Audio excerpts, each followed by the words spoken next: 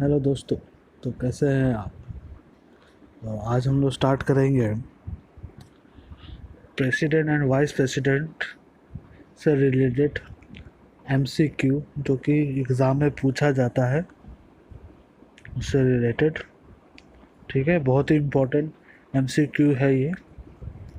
आप लोग फॉलो करें इसको, और इसका मैं एक पीडीएफ भी दे दूंगा, तो आप लोग को आसान होगा।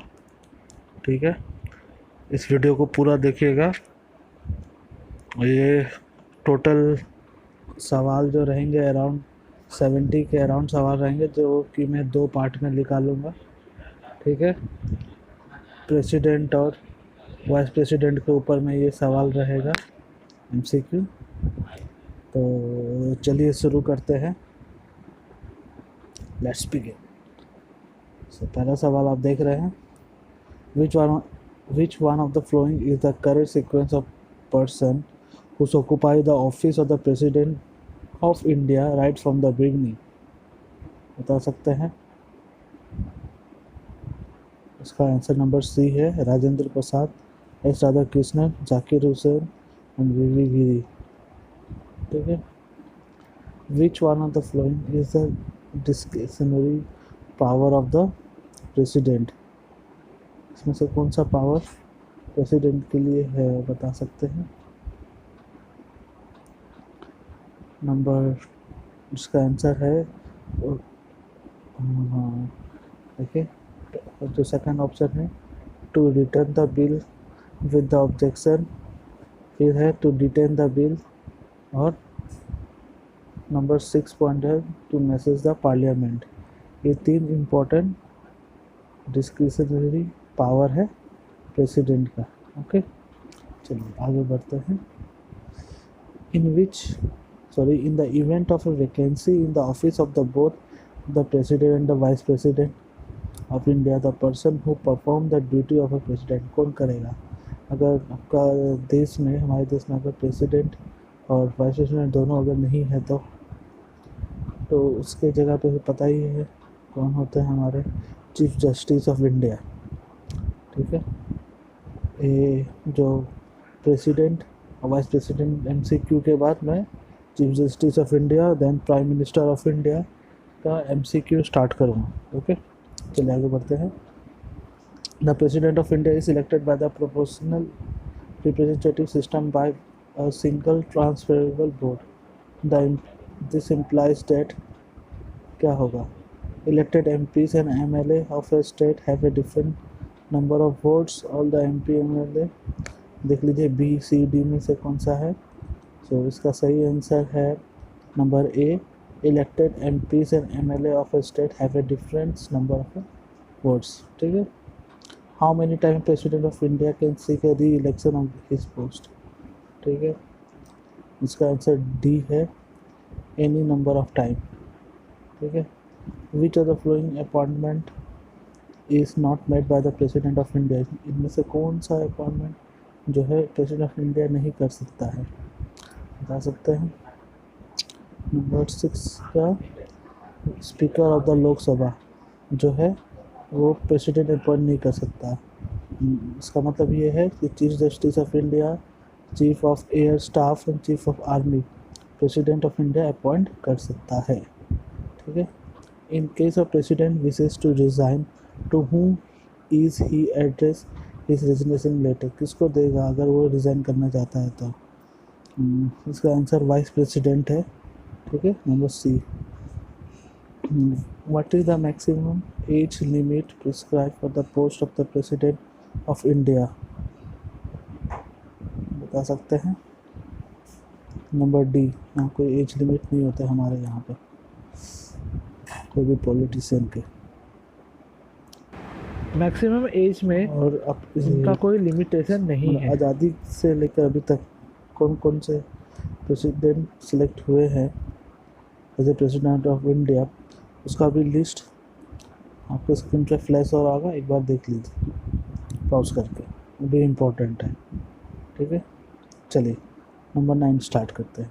The president ordinance can remain in the force, कब तक रहेगा? For 3 months, for 6 month, for 9 month or indefinitely. इसका आंसर है आपका नंबर बी फॉर 6 मंथ। ठीक है। Who can initiate impeachment of president, कौन कर सकता है impeachment? 1/4 member of either house of the parliament, यही कर सकते हैं। ठीक है। नंबर 11 चलते हैं।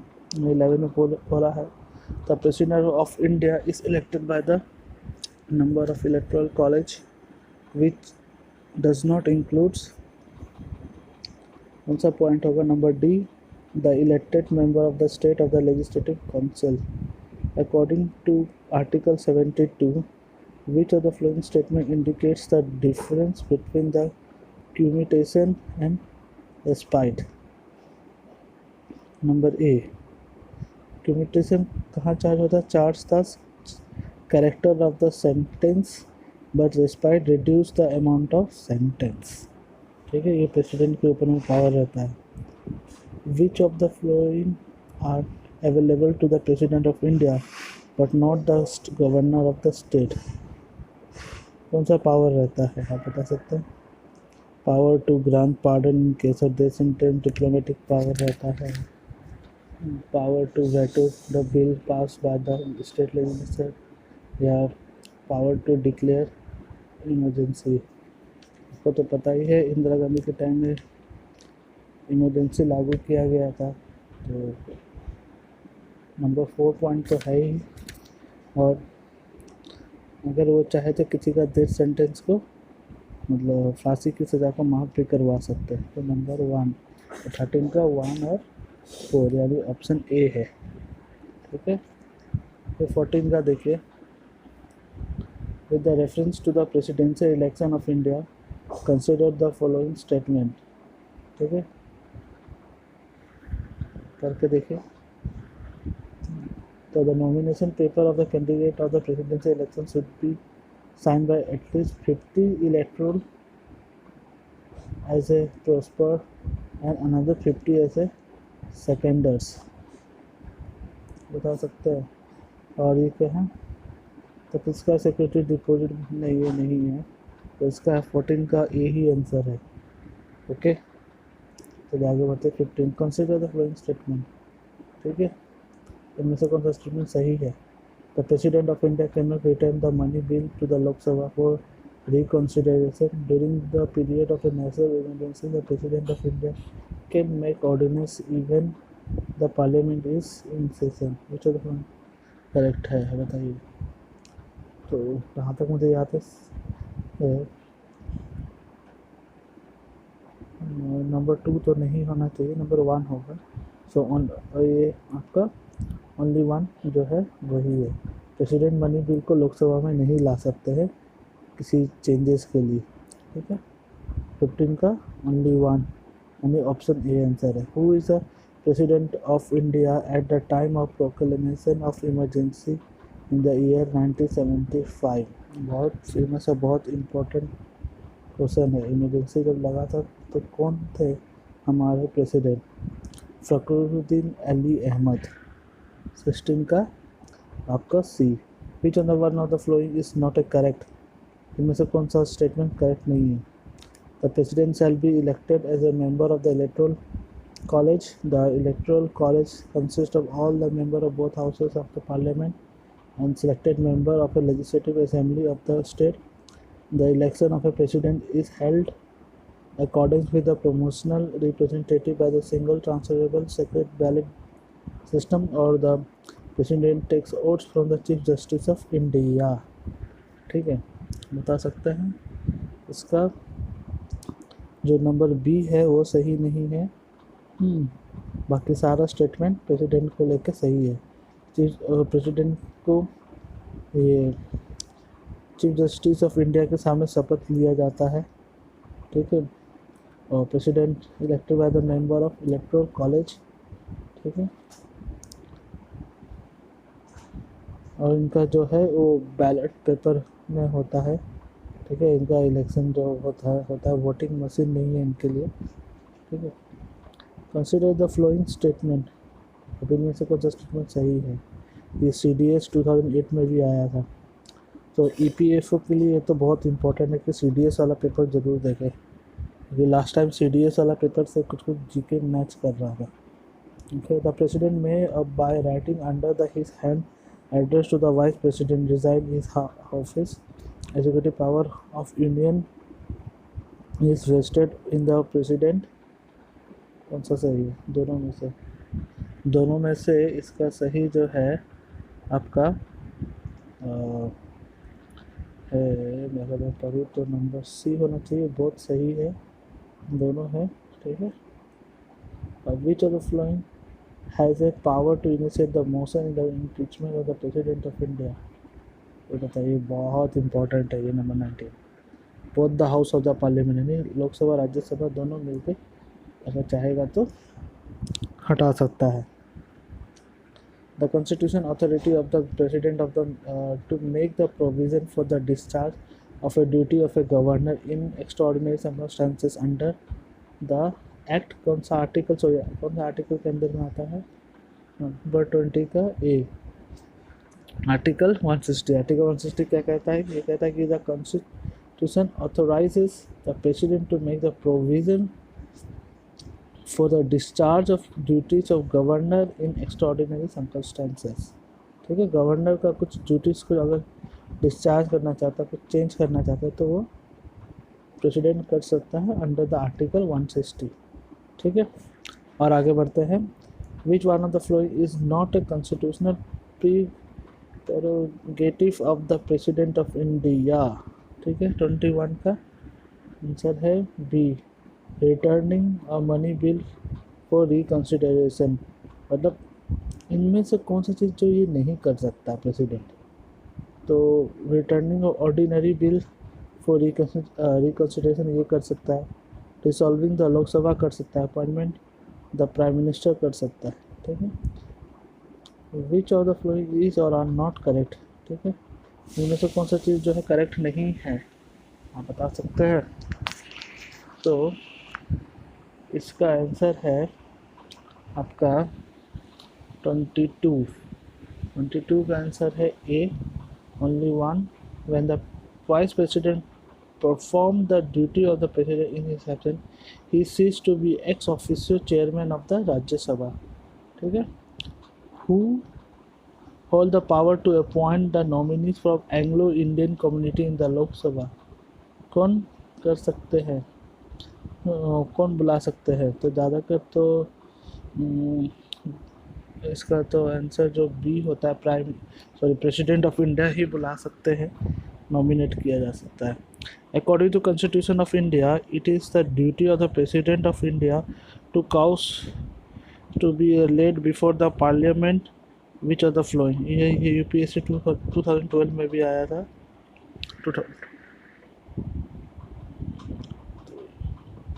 तो इनमें से कौन सा ड्यूटी प्रेसिडेंट ऑफ इंडिया कर मतलब परफॉर्म करता है पार्लियामेंट के लिए?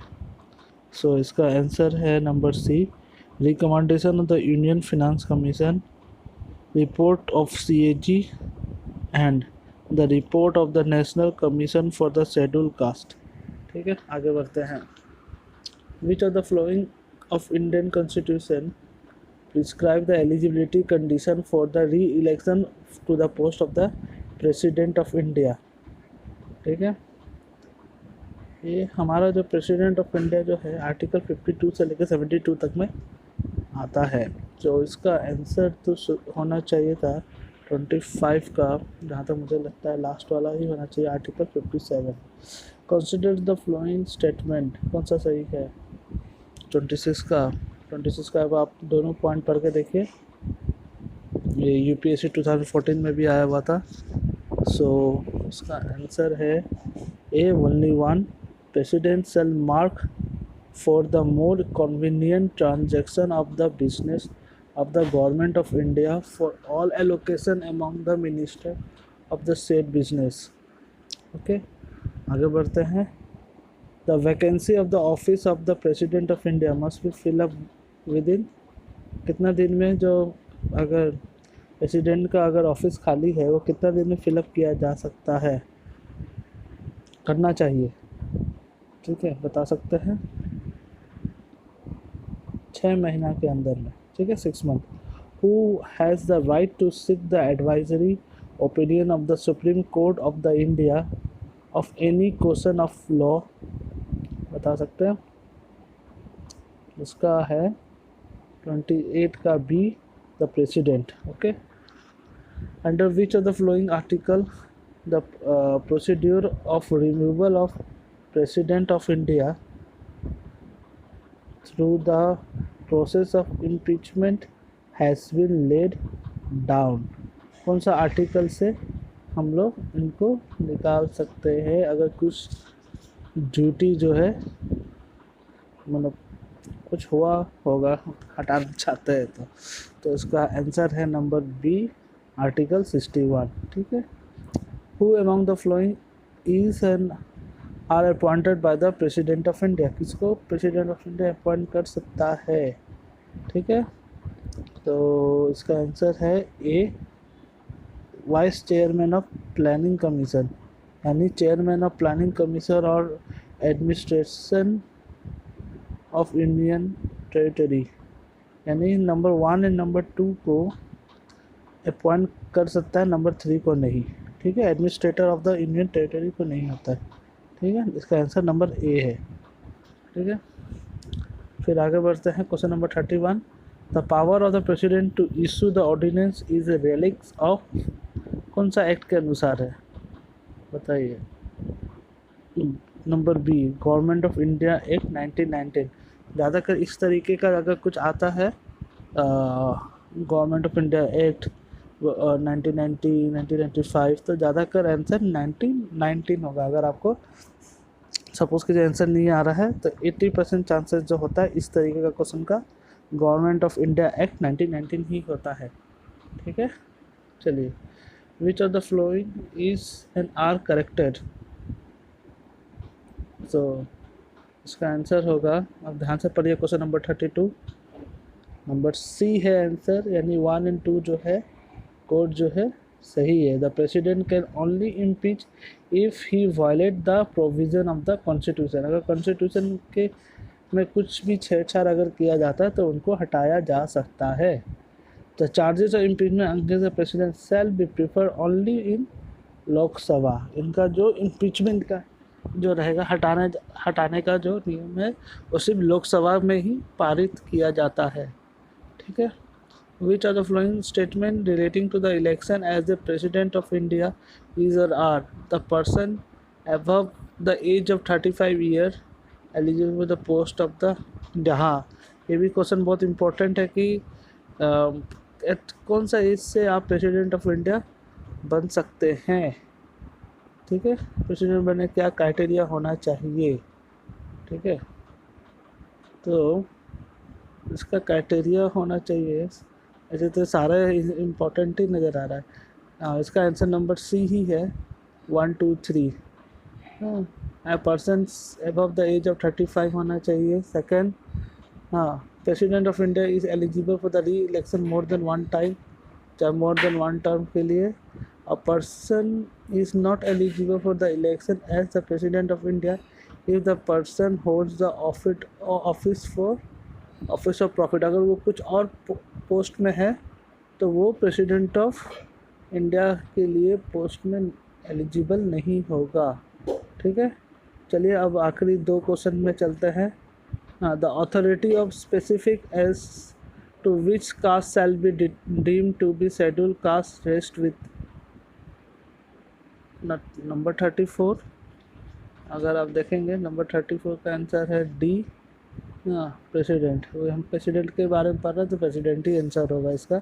विच of the flowing president of India has associated with the trade union movement, UPSC का Uttar Pradesh public service commission में आया था 2012 में, तो बता सकते हैं इसका आंसर है 35 का डी, जाकिर हुसैन सर जो थे वो इसमें पार्टिसिपेट किए थे, क्या प्रेसिडेंट थे जब ट्रेड यूनियन मूवमेंट में। ओके, सो अभी के लिए बस ये ही, सेकंड पार्ट में मैं रिमेनिंग क्वेश्चन जो है इसका कवर करूँगा।